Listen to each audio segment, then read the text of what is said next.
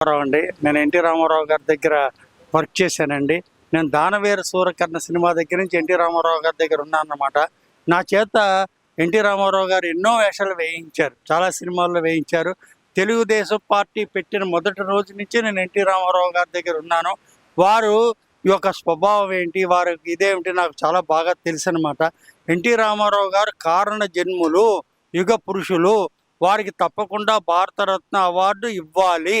కారణం ఏంటంటే ఎన్టీ రామారావు గారు 9 నెలల్లో తెలుగుదేశం పార్టీ పెట్టి చాలా అఖండమైనటువంటి మెజార్టీ. ఆ రోజు కాంగ్రెస్ పార్టీ ఎంతో ఎమర్జెన్సీలని అవన్నీ పెట్టి ఇందిరాగాంధీ గారిని ఓడించడం అంటే మామూలు మాటలు కాదు. అలాంటి ఇందిరాగాంధీ గారిని ఎదుర్కొని ఎంతోమంది, ఒకసారి మేము తిరుపతి వెళ్ళామండి. తిరుపతి ఎన్టీ రామారావు గారు నేను వెళ్తే వ్యాన్లో ఇందిరాగాంధీ గారి మీటింగ్ జరుగుతోంది. అక్కడ చాలా మంది జనం ఉన్నారు. అప్పుడు ఈ జనం అందరూ రామారావు గారు వస్తున్నారని పరిగెత్తుకుని వచ్చేస్తున్నారు. అందరూ ఇందిరాగాంధీ గారు అడుగుతున్నారు, ఏంటి వీళ్ళంతా ఇలా మా అమ్మాయి ఎన్టీ రామారావు గారు వస్తున్నారు, జనం అందరూ అక్కడికి వెళ్ళిపోతున్నారు అని చెప్పి అలా వెళ్ళిపోయారు అనమాట. అంటే ఏంటి, అప్పుడు ఇందిరాగాంధీ గారు ఏంటి సినిమా నటుడికి ఇంత క్రేజ్ ఉందా అని చెప్పి ఆవిడ ఆశ్చర్యపోయారు అనమాట. కాబట్టి ఏంటంటే ఎన్టీ రామారావు గారు ఒక శక్తి.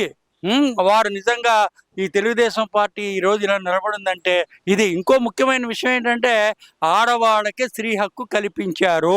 ఇంకో విషయం ఏంటంటే మోస్ట్ ఇంపార్టెంట్ పాయింట్ చెప్తున్నాను. ఎన్టీ రామారావు గారు చేసిన మంచి పని ఏంటంటే, ఒకప్పుడు తిరుపతి వెళ్ళాలంటే జనం అందరూ కట్టెలు, బియ్యము ఇవన్నీ తీసుకుని అక్కడ వంట చేసుకుని స్వామివారి దర్శనం చేసుకునేవారు. అలాంటిది ఎన్టీ రామారావు గారు అన్నదాన పథకం ప్రవేశపెట్టి ఈరోజు కొన్ని లక్షల మందికి తిరుపతిలో అన్నదానం పెడుతున్నారనమాట.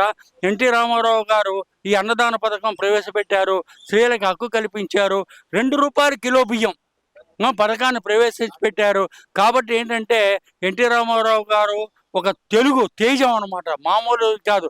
ఈ రోజు పేదవాడు ఇలా ఉన్నాడు అంటే ₹2 ఆ రోజే ఆయన పెన్షన్ ఆ రోజే ఆయన స్టార్ట్ చేశారు, ఈ రోజు కాదు. ఈ రోజు వచ్చేటటువంటి నాయకులందరూ కూడా తెలుగుదేశం పార్టీలోంచి వచ్చిన వాళ్ళే.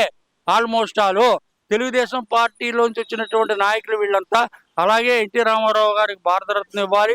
ఎన్టీ రామారావు గారు ఒక మహానుభావుడైన ఆయన దగ్గర మాలాంటి వాళ్ళు మేము వర్క్ చేసినందుకు, ఆయనతో పని చేసినందుకు, ఆ జనరేషన్లో మేము ఉన్నందుకు, నేను ఉన్నందుకు ఎంతో గర్వపడుతున్నాను. చాలా థ్యాంక్స్ అండి. ఇది చేసే రామారావు గారు. జై ఎన్టీఆర్, జై ఎన్టీఆర్, జై ఎన్టీఆర్.